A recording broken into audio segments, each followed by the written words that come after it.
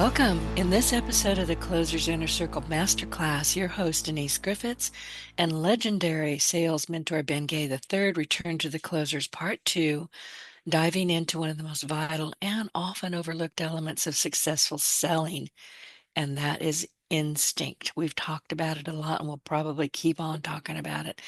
This isn't a script reading session, it's a deep, practical conversation about how great closers think, listen, and move. Write that down.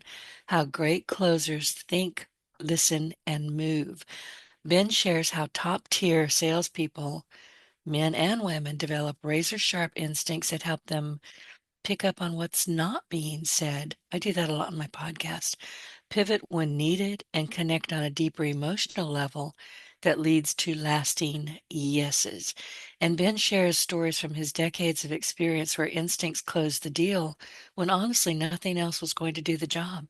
So whether you're a seasoned pro or just starting out, this episode is all about helping you build that invisible edge, the inner sense that knows when to lean in, when to pause, and how to truly connect. And from my point of view, a lot of that is just shut up and listen. But we may cover that again too. So bring your copy of The Closers Part 2 and join us on page 257. You're going to want to highlight this one. So, good morning, Ben. Wednesday's my favorite day of the week, and it's because I get to spend time with you. Well, I appreciate that, and the feeling is mutual. I always look forward to Wednesdays. Me too. Listen, I know you've got some questions that people have sent. I don't know why people don't send me any questions. They Like, don't like you. I know. I was just gonna say that's got to be. They're here for you. I'm just here to do the introductions and then sit down and shut up. Apparently, but if you guys want to ask me questions, I'll answer them. But Ben really does do the best at it. So I wanted to ask you. We are at the end of May. Can you believe? And we have created one heck of a masterclass with this, and now with this episode, week 16. My question is, should we keep going or move on to other chapters in the closers part 2? Totally up to you. As you know, I tend to wander around amongst the items that I know, whether that's the subject matter officially or not. So we can do that, or just refer if an idea pops into one of our heads, just refer to the chapter from which it came, and they can flip back and forth and find it. But it really doesn't make a whole lot of difference. I know what I know. I'm at the age where I'm probably not going to learn a whole lot of brand new stuff. Oh, So that's I, an age thing? yeah. So Sorry, I you had to. you ask a question, and off I go with what I know. And most of that is in a book somewhere. But I don't read. Since we started Sales Infiltration, the best thing I've ever written about selling, and I think the best thing ever written about selling, if people can grasp it, it's a little nuanced, but so is being successful in selling. But I don't think I've ever read more than a sentence out of the book verbatim. By and large, it's what I've watched people do. I pay attention, which by the way, is among the first questions or comments I've gathered during the week. I've wound up talking to several people where pay attention was the focal point. And if I could hit on a couple of those, one big, I won't name them, I'm not trying to rub salt in the wound, but one big MLM company, multi-level marketing, or as they like to call it, network marketing now, went under a few weeks ago, 3, 4 weeks ago, and Oh, everybody's upset about it. And then another rather large company, not in multi-level marketing, is heading down the chute themselves. They've announced those things you announce when bad news, even worse news is on the horizon. And it reminded me, one, pay attention.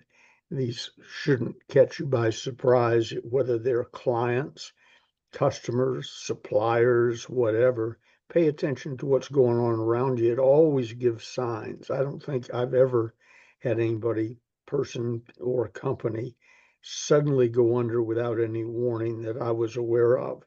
You see the warning sign. The My Pillow guy on television uh, I don't know if you've ever seen his commercials, but I I watch them. look, I have some of his products. My dog's bed is the best in the world. Well, there you go. He's got great products. I've Yeah. always thought they were a little overpriced, but somehow his $49 basic model pillow became $14 with free shipping and so on. And I said to Gigi, they're gone. And she says, what do you mean? They're on television every few minutes. One of the signs is, if they're running a commercial you don't like, but they're running it 5 times a day Mm, for 2 weeks, gotcha. it's working. So whether you like it or not, it's working. Right. But all of a sudden, the $49 pillow went to, we'll call it 15, and then free shipping, and then something else. And I said, I don't know what's gone wrong, but he's about to go out of business, and he has. Oh no. Yeah, Well, he was hit very, very hard some years ago. Very hard. And there wasn't, I think, I wondered back then if there was any recovering from that. He tried. God yeah, bless him, he tried. yeah. And then he got the bit in his teeth because he had a lot of money. The politicians came after him and wanted to stand And next that's to what I him and so meant. on. Yeah. Yeah. And that's always a bad problem because then you start thinking, oh, I could be president, or I can be secretary of whatever. And you start down that path. But anyway, I wish him well and I hope he comes back with Yeah. something else. But he's I do too gone. because his products are great. Yeah. I've never had one, but I've tried to in a store, do you carry my pillow? And I couldn't find anybody that did. But what I did find was several $14 pillows that are just wonderful while I was looking for his $49 pillow. Mm. But whatever, what it reminded me of, Nixon said years ago, I think it was about the fall of the Soviet Union. He said I'm paraphrasing, people got distracted by the bright, shiny armor without knowing that inside the night was dying. And Oh, isn't that's a great word picture, isn't it? I have not heard. I'm going to have to go look for that, but Yeah. thank you. Inside the bright, shiny armor, the night was dying. And there are signs the night is dying, even though you have to pay a little more attention to it to get through the bright, shiny armor. And the My Pillow guy was an example of that. I just saw a commercial. I said, oh, this is new because they run the same ones over and over and over. I said, this is new. And it was the first commercials of the going out of business sale, Oh, and so they you didn't, knew it they, was coming. yeah, Yeah. I said, I don't know what's gone wrong, but this isn't going to last, and you lose the trust of people. If I had to pay $49 for the pillow last week and now it's on sale for 14, I feel like I've been screwed over.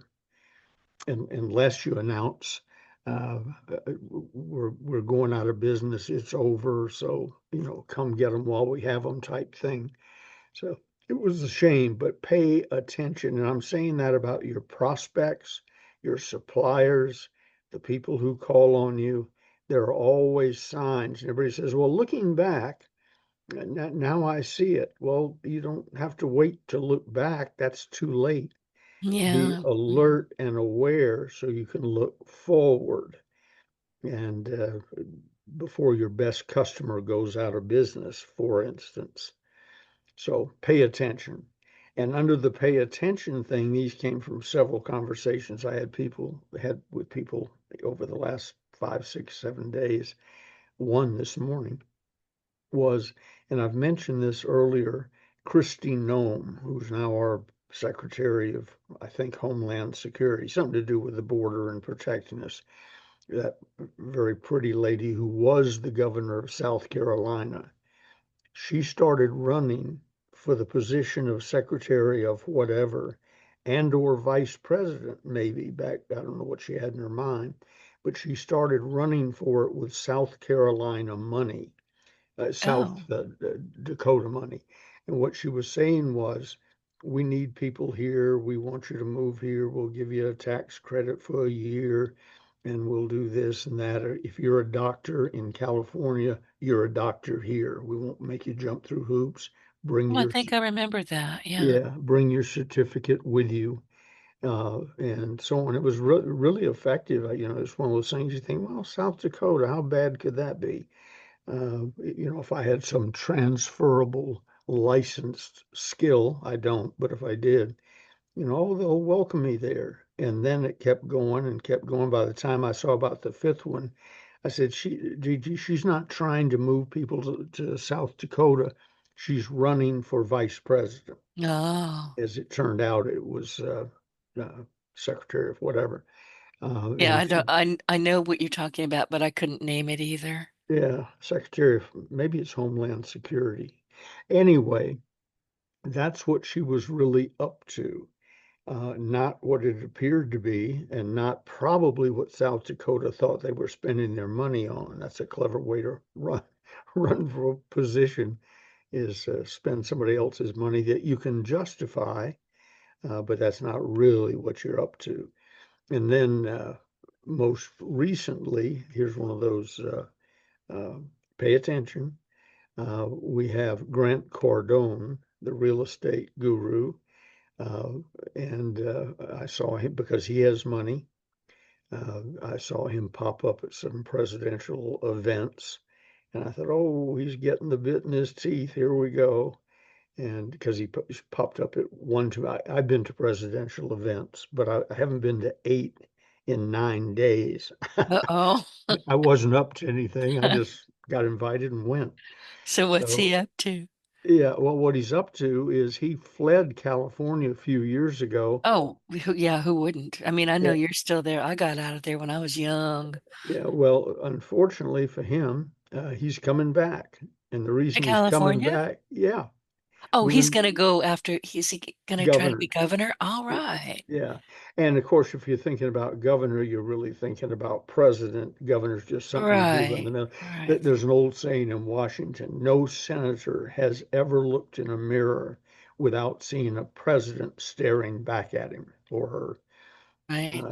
You get the bit in your teeth. So he's on giving financial advice, and we've got to shape up California and so on. So I'm in a very effective interview the other day.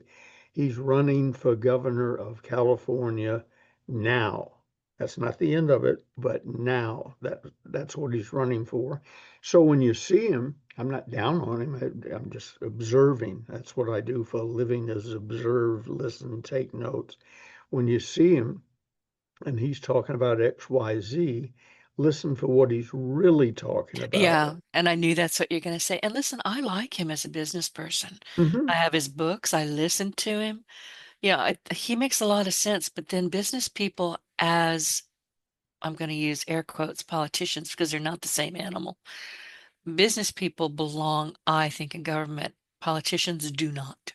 That's just Yeah, my yeah. opinion. Unfortunately, that's not the I way it know. works. I know. Or if they come in as a business person, they become a politician. They do. There's Yeah. something wrong with those people, I'm telling you.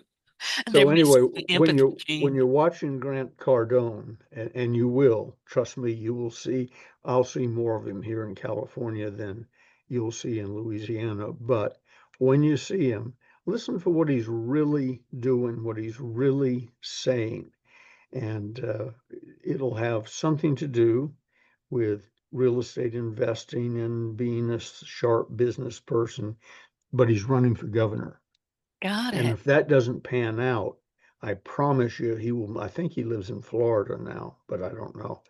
If that doesn't pan out, he and his lovely wife will pull up stakes and leave California again. There's no reason on earth for a high income taxable person No, to live there's in not. California. So when you said he was going back to California, I instantly said, why? Yeah, why?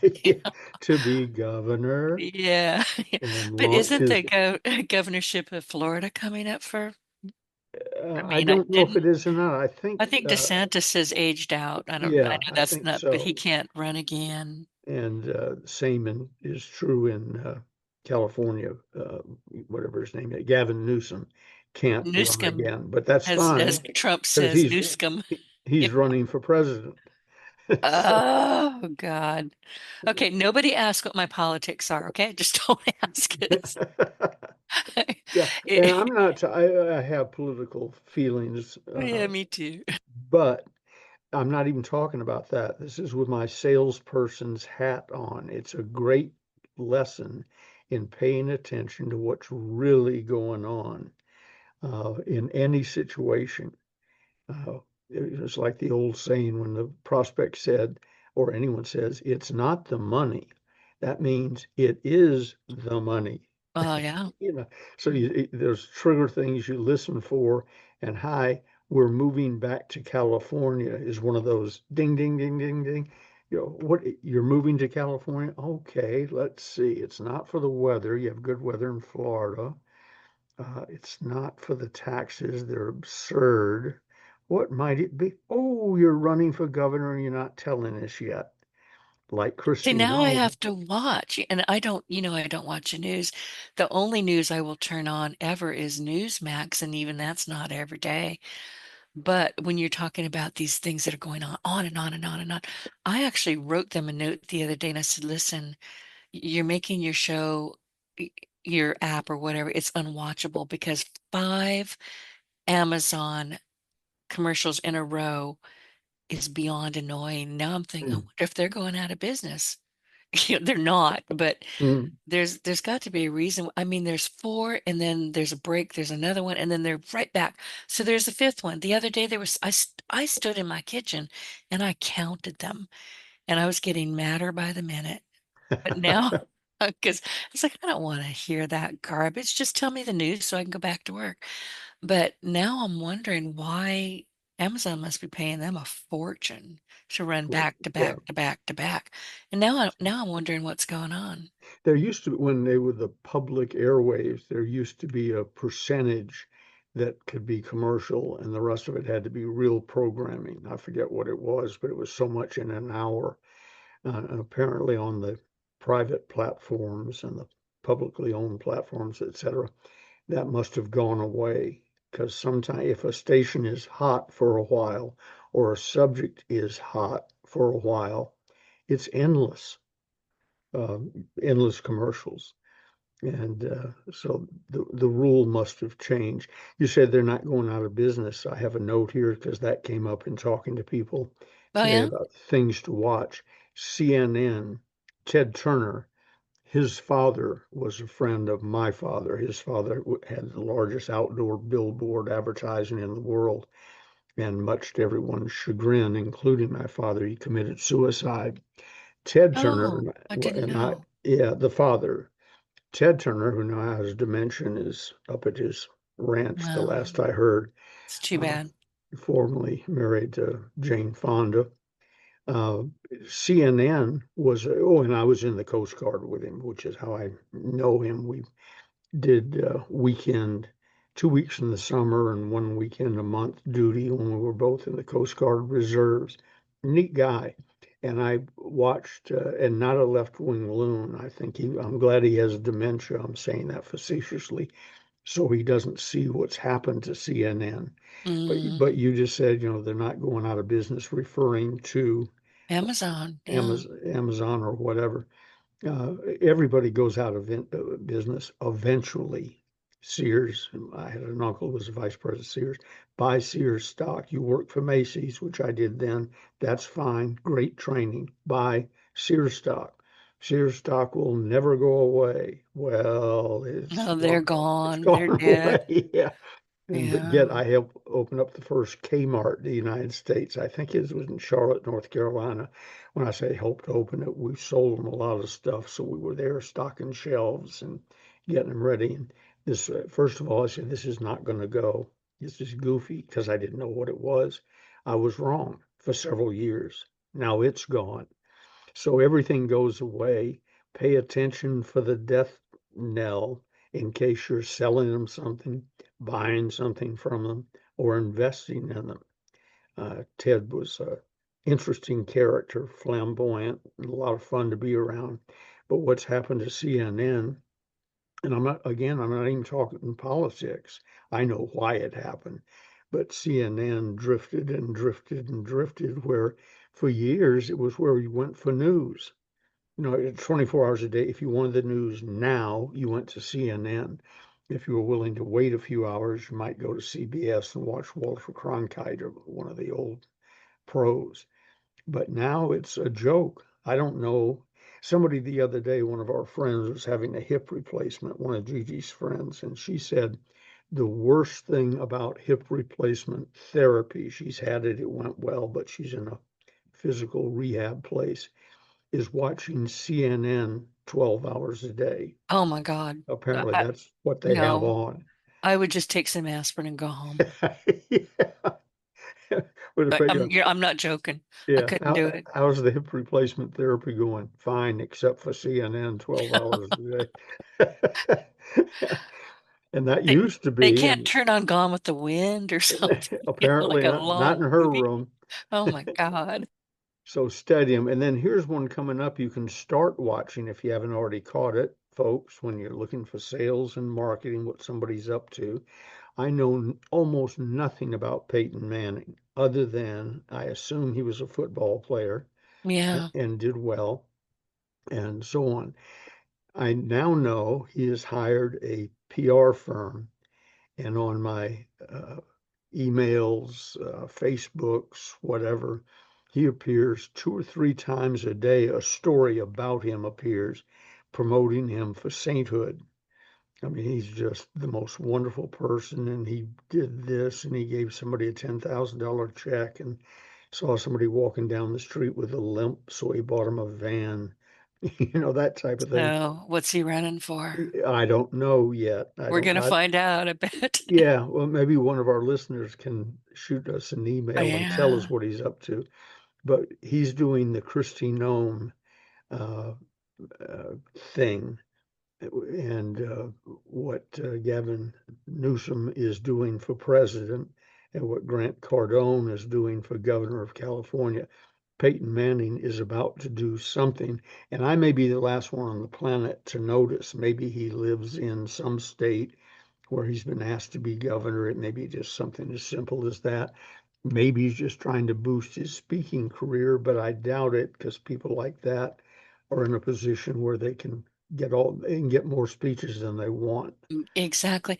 Yeah. Doesn't, and I'm maybe thinking of another, I think he was a quarterback, but I may be thinking of another player entirely that had a lot of problems with concussions. Hmm. A lot of Yeah. problems. In fact, I have a Several have. client that worked with this particular player for concussion relief and, medical stuff. Maybe he's going to try to work with Maha, Kennedy. I Hmm. don't know. Now Might I'm curious. I'm going to have to go pay attention. just keep an eye on him. He's I up to will. something.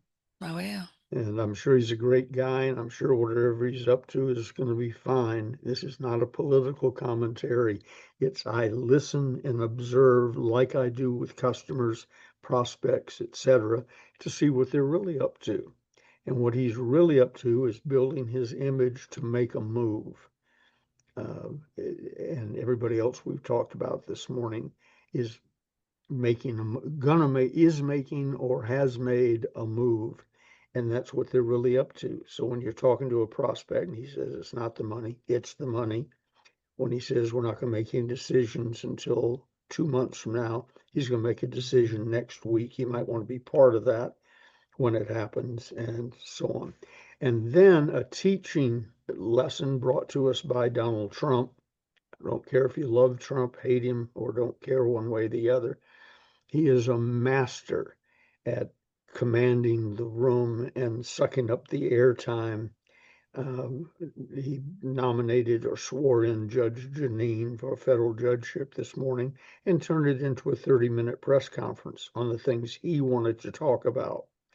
He's always up to something and commanding. I was stunned that he did not helicopter in to the Indy 500 last weekend and or to the If Coca-Cola it had been an 600. option, he probably Yeah, would well, have.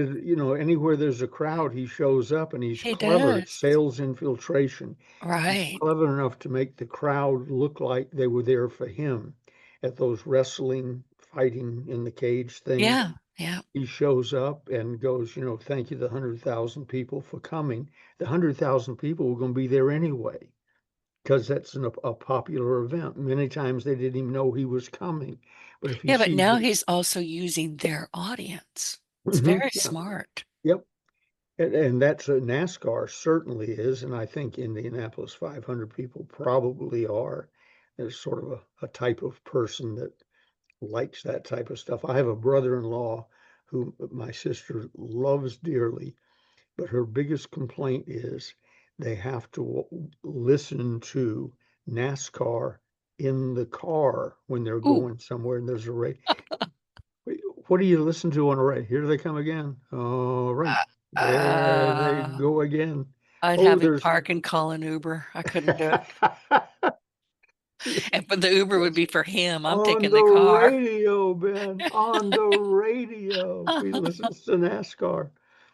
I said, why don't you drive and give him a laptop and let him watch it? No, no, he doesn't want me driving, but he does want to listen to a NASCAR race. So Trump missed, I thought, two great opportunities this weekend, the Indy 500, and then there was a driver who was going to drive in the Indy 500, then hop in a helicopter or something, and then go drive in the Coca-Cola 600 later that day, which was possible, except Indianapolis had a 1 hour rain delay and it wiped out his plans. But Oh, Trump could have done it and acted like at Indy 300,000 people were there to see him and I don't know how many were at the Coca-Cola thing, less, but still probably a couple 100,000 people there. Great opportunity, and it's a good sales infiltration example. You don't have to form the parade and all to be in it. You can wait till the parade is formed and then join it. And if you're a real right. sales infiltrator, you can be the drum major in the parade you didn't form. It's a matter of becoming we. As soon as I start talking to a customer or prospect or whatever, early in the conversation, I'm using we. Well, what do we do if this happens? What do we do, if this opportunity presents itself? But it's we. I've infiltrated. I'm in your company. I've liked things on Facebook, and let's say with a company, and they're congratulating somebody, or whether I know that person or not, who won the whatever. Uh, I act as if I did. Don't phony it up. Just put in thumbs up or whatever, and wait for somebody to say, uh, "Why are you commenting on this?" Well, I have so many clients. I'm thinking of a particular timeshare organization as I speak. I have so many clients within your organization. I feel like I am part of it. Almost immediately come the people. I didn't know you were coaching in our company and so on. And they start coming over the transom and want to be part of that family. That's what Trump does at the WWF, whatever that thing is. That's what he's doing there and does in many places. So it doesn't have to be your parade. Find the parade and get in it. Find the movement in your industry and get in it. Write blogs or Facebook posts or whatever posts to get within the organization and act like you've always been there. Of course I'm here. Uh, where else would I be? I'm part of this team and always have been. And then in my case, I have a solemn pledge. I don't name any clients uh, unless they've given me permission and there was a specific reason to do it. I would talk about coaching clients and mentoring clients and this and that, but no names. If I use a name, they knew in advance there was a specific reason I did it and may not ever do it again once that moment has passed. But it puts me inside the organization. And when they ask, as sometimes they do, why don't you, who in our company are you working with? I say, if they want to tell you, they will. I don't reveal anybody that I work with for a variety of reasons. Some people don't want other people to know they need to be coached uh, to start with or at all. And then uh, I've got a couple of other little notes. this is a minor one, but it came up. A gentleman came up to me in a seminar somewhere and asked if he could get a picture, and I said, sure. He said, you took more time positioning us than the picture took. So when you're in a group thing, look around behind you, see, and dictate where the picture is going to be taken, or else you will go into eternity, into ebook, Facebook, computer eternity with a flagpole sticking out of your head. Or I I've, saw, yeah. yeah, And those become memes. Some of those are so fun. My favorite is when the donkey's, got his head hanging over behind you, laughing at you. That's a good one. yeah. Forever. Yeah. There was a lady on some post I got the other day, and I did a double take when her picture flashed up. I thought, my God, what is she wearing? And it turned out she had on either a small hat or no hat and a perfectly normal hairdo. But behind her, shaped perfectly, was a huge green bush on the wall, painted.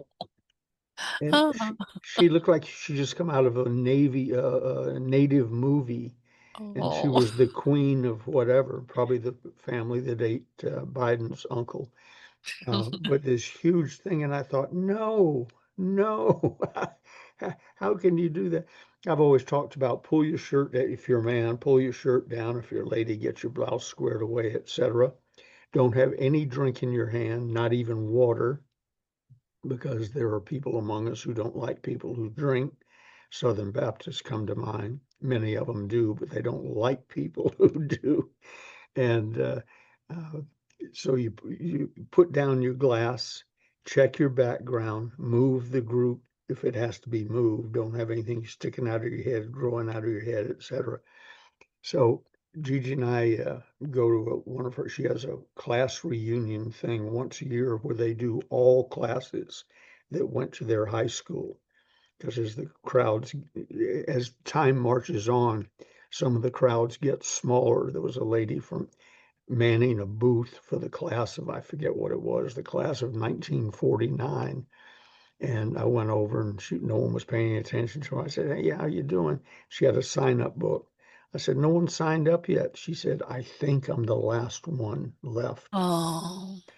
So to avoid that type of thing at the class reunion where nobody shows up, they do a clever thing. If you went to El Dorado High School in Placerville, California, once a year up at a place called Apple Hill.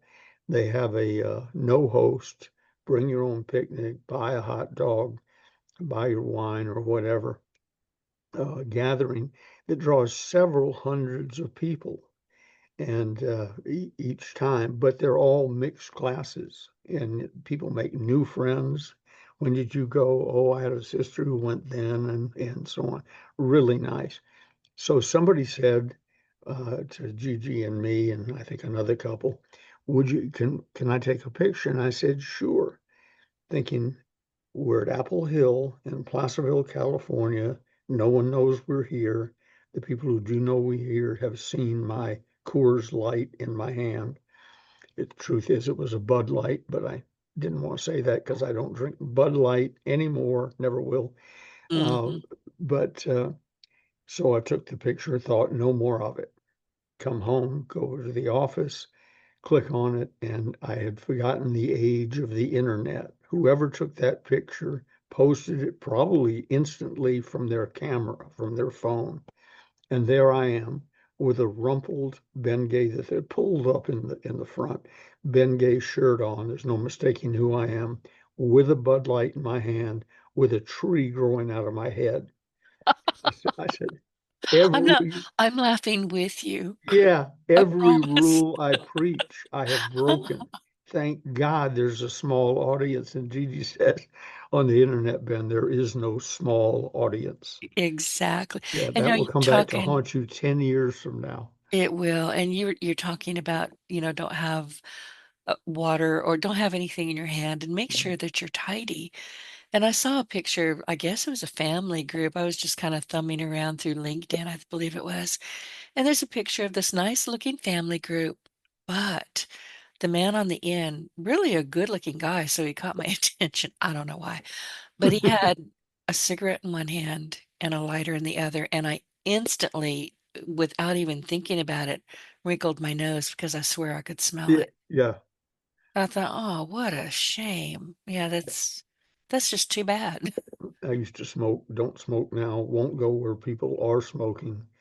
And Mm-mm. occasionally in a receiving line, shaking hands, I'll shake hands with somebody and then, maybe touch my face or something and think, oh, damn, somebody got me. A smoker came by, shook my hand, and now it's Right. on me. And Yeah, from and that, that's a from that, stench that doesn't go away. And it's no, not just a smell, it's a stench. you got to get home and shower. So be aware of the trail you're leaving behind you. When you walk out the door, it's showtime. And everything you say and do needs to have that in mind. It is showtime. It will come back to haunt you. Oh, and I've had a few people, not many, but I've had a few people. I don't know how they did it. They have nothing to do with El Dorado High School. Say, I saw a picture of you on the internet, and they never say you look crummy, but that was probably true. And my hair probably wasn't like it would be if I knew I was going to have a worldwide picture taken. They said, but you had a Bud Light in your hand. You said, and I said, shut up. Just shut up. No talking. Yeah, I was tricked into looking like an idiot. It wasn't my fault. It was Yeah. just an off day. And did you like the sequoia growing out of my head? You know, there are no pictures of me on the internet, and you have just reinforced why there never will be. Yeah.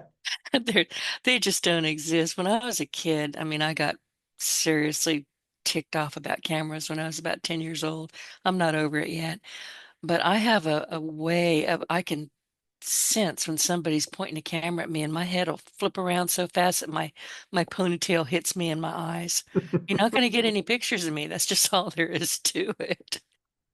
I was my father owned with along with my uncle Erwin Hausman owned Hausman Gay Studios, 30 or 40 portrait studios uh, in the northeastern United States. Back when you'd go in and pose, and then somebody would color your picture in by hand, add to brighten up the colors or whatever. And when the box brownie came out, little camera that you used to hold down by your waist and look into, but now everybody could take a picture.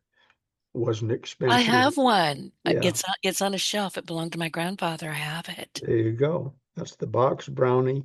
And Dad saw it at a convention, went to my uncle and said, set a price at which you will sell out, or I will, or you buy me out. You set the price, I'll say yes or no.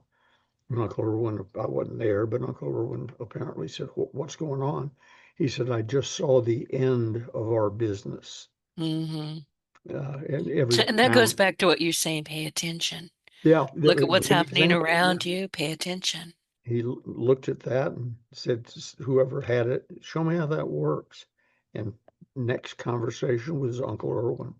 And Irwin, fortunately, I guess, said, I'll buy you. Here's the figure. Dad said, fine, I'll sell. And we hopped in his big Lincoln Continental and moved to California for roughly a year. Dad sold Roy Rogers his ranch, and then we moved to Atlanta. Actually, on the way to Florida to buy a real estate company, we stopped in Atlanta to visit his uncle, my great uncle, who was in the food brokerage business. And the day we went to leave, I came down with either the measles or the mumps. I think it was the measles. And we were there an extra 10 days. And the day we got ready to leave, my mother came down with whatever I had. And we were there another 10 days. And in those 20 days, Uncle Arnold talked Dad into buying the food brokerage business. So although I haven't lived there in years, Atlanta remains my emotional home, and that's how we got into the food brokerage business and where I started to learn how to sell. But it was all based on a box brownie in Springfield, Massachusetts. Dad looked at it and said, I'm out of here. Yeah, and that makes sense. Now that we're talking about this, and I don't watch TV. I really don't, just occasionally Newsmax. But All of a sudden, Ben, and this is driving me bonkers, more bonkers than usual, but I've had to turn the ringer off on my mobile phone. It's unlisted. Nobody has it but you and maybe four other people. I've had to turn the ringer off on my landline, which is my business line, because I am getting so many real estate scams. Hmm. And they'll text me, you know, we see your house over here, blah, blah, blah, in Missouri City. No. And we just Yeah. we just want to know, are you ready to sell? We've already sent the documents to you. I'm deleting and I'm cursing. I'm turning things off and I'm cursing. It's getting really bad. So now that we're talking, I'm wondering, what the heck's going on? Where are these people coming from and what are they doing? So I'm going to have to keep an eye on it. Will I They're talk to them? No. sharing, you answered something and No, put I in, didn't. Trust me, I never give my mobile phone out ever. well, yeah, they didn't make it up. So somewhere, somehow you put information somewhere and they Uh, or someone they're connected to sells let's names see, and I'm thinking numbers. it's random, but maybe not. But No. all I know is it's relentless, and this has been going on for about a week. Oh, just a week. No, I get it. The emails, for instance, that I get. I've had a couple of hundred this morning. Oh, Probably a ow. hundred, probably 100 of them started out. We reviewed your website and blah blah, blah, Yeah, and they all use the same verbiage. yeah, yeah. Apparently, there's one place that sells you. They sell your phone number, your contact information, and what to write because they all write the same thing. And good looking ladies are forever wanting to be my friend because they reached out to me, but it wouldn't go through. So would I add them as a friend? Right. Verbatim, the same Uh, thing. And I they don't just, get those either when I was still on Facebook or in LinkedIn. I never got oh, you're so beautiful. I want to be your friend because there are no pictures of me. Even they know that's not going to fly. well, they don't know because it's a computer doing it. There was a, this has happened numerous Oh, good times. It's a point. running joke between us, but I showed Gigi some voluptuous girl this morning who wants to be my friend if I'll just do it. And she said, before you respond to that, understand it's a fat Nigerian with a cigar. And a beard. I mean, She's not most in of, love with me? How yeah, could, I know. And what do you mean she's not going to send me her wealth? I don't understand. I am shocked. I really am shocked at how often people get taken in. I don't mhm, understand it none. But then I tend to look at everything with a little bit of jaundice, like, mhm. I don't know about that. Yeah, a good way to keep people say, oh, you miss so many good deals if you say no too often. I said, no, I've saved millions of dollars by saying no. I've got a pretty, I'm almost a better gatekeeper than Marty Conley, my secretary for many years, was. Or First of Sybil. all, Remember Sybil, yeah, or Sybil. right? Sybil is writ large on this podcast.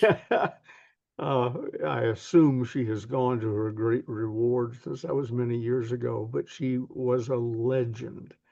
And it wasn't just my father, his friends were food brokers, friendly competitors and rivals and so on. Anytime there was a gathering where they were all together, it wouldn't be 5 minutes before I'd hear from one of the little groups talking, Sybil's of so and so, Sybil's of, I hate Sybil.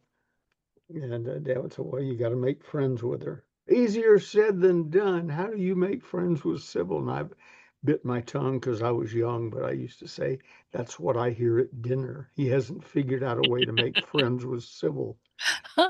Sybil is See, a I like crocodile. Sybil. I would want to be her when I Yeah. grow up.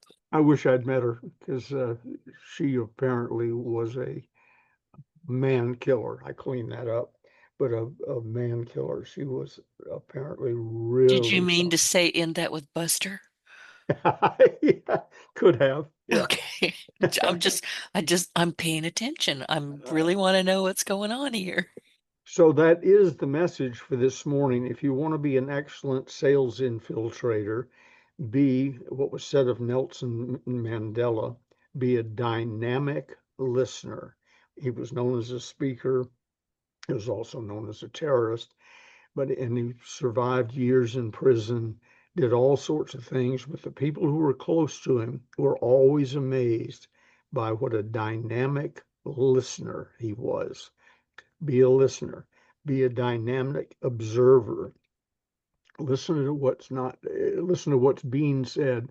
More importantly, listen to what that means. And they are sometimes entirely two different things.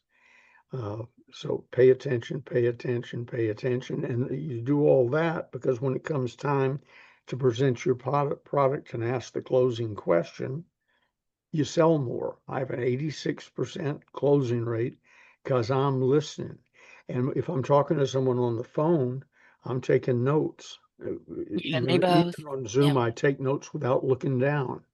I do Uh, it on my other podcast while I'm listening, whether it's you or whether it's, somebody else. mhm. I'm listening. I'm muted.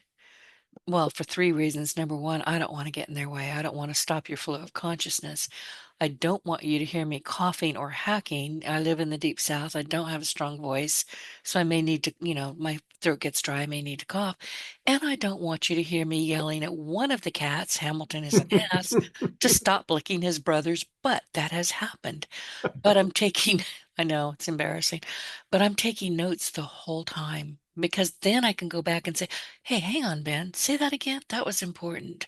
Say that again. Excellent. Yeah, Yeah, excellent. I'm not Which sure I learned shows, that by from the way, you, but I in do it. in addition to you wanting to know it again, it shows them that you're actually listening, Listening. and they don't get many people who listen to them. The people they're talking to aren't listening to learn; they're listening to respond. And as you know, although I've written books with hundreds of closes cumulatively in them, and they're all important to because they teach psychology. You got to know what the other person is thinking. But I have an 86% closing rate because most of the time I use one close, and it is, well, based on there's a couple of lead in variations, but we'll use the simple one. Based on what you've told me, here's what I suggest we do. We do. And it's based on what you told me, or based on what you've said, or based on what we've been talking about. The back part never changes. Here's what I suggest we do. And that's validated by the fact that I too have asked them to repeat a few things along the way, or slow down. I want to get that. That's good. Right, Uh, right. I do the same thing, but it's because I really do want to have them repeat it so mhm. it will land with me. I caught it, but I didn't really catch it. So now I want it to land and stick. I'm with you. But if that weren't true, you should say it so that they know you're listening. Nobody listens to them. Not their husband, not their wife, not their children, not their friends. Nobody zeroes in, listens, asks them to repeat things, asks them to clarify things, etc., just as a common courtesy. And then if you're in selling, it's setting up the close. I heard you say so and so, and based on that, here's what I suggest we do. I And would, if I heard you right, here's what you right, said. right. And then, and I throw fair enoughs in throughout, blah, blah, blah, fair enough, so and so, fair enough. Because then they're doing little tie down uh, agreements. Yeah, that's what I said. That's fair. That's fair. Yeah, yeah. When I finally ask for the order, uh, I already know the answer, or I wouldn't have asked. And see, I know exactly what you're talking about, and you and I have talked about this over the last couple of years, and sales infiltration and other things, but I didn't know when I never thought I was a salesperson. We've talked about that too, but I am. We all are. It's just how effective are we? And Yeah, are I you a have, good or a bad salesperson? right, right. And are you really paying attention? And are you actually listening to whoever you're trying to sell something to, a product, service, whatever it is? And I very early on just automatically said we. It's not I'm going to do this and you're going to do this and I'm going to do this for you. I would instantly bring them in, mostly with web development. And I'll say, well, what is it that you have in mind? And they would tell me, and I'd say, well, is this really what you want to do? Because I think we ought to look at another tack here. And There they're you like, go. Perfect. really? Because so many times people still do it. Oh, I want this website. I want you to copy this website. Nope, I'm not going to do it. And I'll tell them why, but I am not quite that blunt about it. I'll say, well, really, is that, really where you want to go with this? Where's your personality in here? And once they start going, oh, I said, well, what do you think we should do here? And I'm dead serious. I'm not trying to trick them into anything, but it is we. If I'm working with you, it's we. It's Absolutely. not me telling you what to do or asking you what you want to do because I know you don't know what you want to do. We need to figure it out. That's, team A, the salesperson, team B, the prospect, form team C, and team C is we. But I We have, didn't know I was doing it until yeah. you pointed it out to me one time. I Well, went, you're I'll a be natural darned. salesperson. One Apparently. of the running debates on the internet is, are salespeople trained or they're born salespeople? The answer is both. It's like Both. swimming. Some people, I used to Right. teach swimming as a young man. Some people dive, some little kids dive in the pool like they were born in the water. Other people dive in the pool. You have to watch out for them and sink to the bottom and would That's drown if you me. weren't. Yeah. Yeah, well, I sink. I don't even take a breath. I just go straight to the bottom. You have to come get me. It's not natural. I don't care what anybody says. It's not natural. If you can't breathe in there, you shouldn't be in it. But you taught me that. And I really had no idea that I was doing the week because I never considered it to be deliberate. It's just how we talk, how I converse with my clients, my potential clients. It's we. It's always going to be we. it's the way to operate. And I've been asked over the years, if you had to do over again and you were going to enter selling, how would you do it? And I said I would be a good-looking black woman who would, that always gets the reaction I want. What? Especially if she looks like Iman, David Bowie's wife. I mean, there you go. Gorgeous. I said, well, I'll get in everywhere because I'm good looking and people will be afraid to turn me away because that would be racist. And then I would represent a quality product that's competitively priced. I wouldn't be calling on people who weren't qualified to buy it. And my 86% closing ratio would look like peanuts compared to what I would do as a good looking, well dressed, attractive black woman. And I know that sounds a little odd, but it sort No, of it makes drives the sense. point home. Yeah, it I makes try a and lot of get sense. I try and get all the obstacles out of the way. You know, I don't go in with bad breath. I don't go, oh, which reminds me, and I know we're out of time, but we were getting out of the car going somewhere the other day into the doctor's office, and Gigi said, "You want a breath mint? We keep some in the console, so there's always some when we're going in." And I said, "Yeah," and she said, "You normally don't take it." And I said, "Well, I finally learned that lesson. If somebody offers you a breath mint, take it." There's a reason. Yeah. It's not, honey, you stink. Eat this. So I took two, ate one immediately, and put the other one in my mouth as we entered the waiting room or wherever it was. Well, listen, kiddo, give yourself a little commercial here. Tell them what you can do with them for podcasting and so on, and I'll be quiet this week. Oh, Go. we've got all kinds of stuff going on. I don't know if I shared this with you last week. I am doing sponsorships for my podcast, Your Partner in Success Radio, but I'm making it easier and it's more podcast sponsor adjacent. I've created what I call preferred partner program. And I'll put that out in social media. But basically, and you have to get through me, I'm the gatekeeper. But if you have a great product or a great service and you want to be on my podcast in a couple of ways. One, you're probably going to be a guest, but the other is you've got an annual subscription where people can hunt for you. I've got a page going up there. They can hunt for authors, speakers, Mm. whatever it is that you do.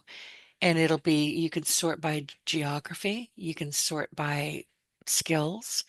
And it's just a great way to be part of a really popular podcast.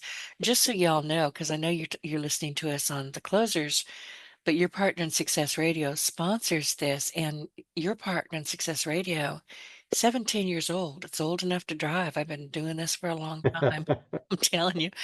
Or I'm going to throw a debutante ball. I haven't quite worked that one out, but it is heard by millions of people across the globe. It's in the top 1.5% of the most popular podcasts in the world. If you want your name, your face, your business on a podcast, call me 888-719-6711. And I'm not accepting anybody that shows up. If I don't like you or trust you, yeah, it ain't happening, hun, as we say in the deep South. So, yeah, And you won't have to wonder. She will no, tell you. I'll tell you, I don't have any filters. But anyway, so okay, we're coming into June next week. So thank you, Ben. Oh, before I let you go, tell people where they can get the closers. Go to stores, STORES ebay dot com / all one word Ronzoni Books RONZONEBOOKS. Order by 2 o'clock California time. It'll go out the same day, signed and dated with a lifetime unconditional money back guarantee. Got it. Well, listen, everybody, thank you for joining us for week 16. This one went a long time, but it's an important chapter. So week 16 of the Closers Inner Circle podcast masterclass, where we kind of sort of dove into sales infiltration. We didn't, like I said earlier, this is not something we're reading from the book and saying, okay, pay attention. You're getting to listen to Ben and his wonderful stories, and you get to listen to us harass each other every once in a while. That's always fun. So, but we are here for you. It's a privilege to share these conversations with you and with the one and only Ben Gay III, who is my mentor, no question about it. He was mentored by Dr. Napoleon Hill, and that has kind of trickled down from Dr. Hill to Ben and now to me, and I'm very grateful. So remember, knowing the strategy is just the beginning. The real transformations happen when you apply it. So go back to page 257 of the Closers Part 2 and highlight what stood out and start putting it to work in your next conversation, your next sales conversation. And we'll be back next week with more real world tactics to sharpen your instincts and strengthen your sales toolbox.